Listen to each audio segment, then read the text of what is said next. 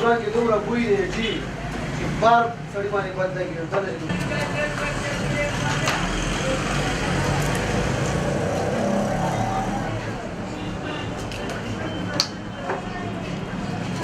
भैया हम लोग गरीब आदमी हैं, चिकन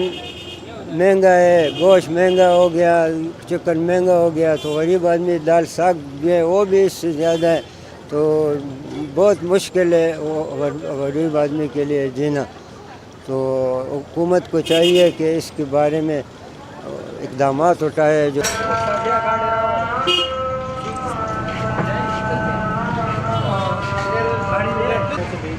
खबर केवल बात कर सकते हो,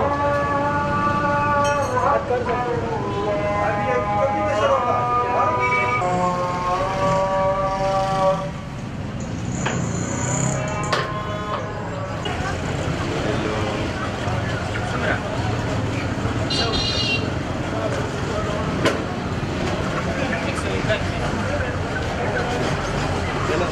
चिकन ख़रीदने आया था, 191 रुपये किलो हो गया, अब तो खा भी नहीं सकते।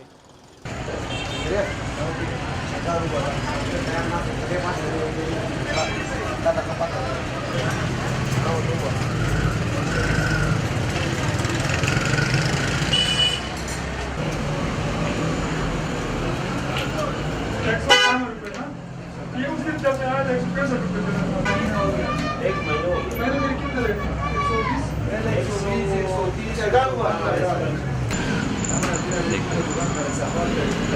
ये हो गया कितने ले ये कितना अब देख ये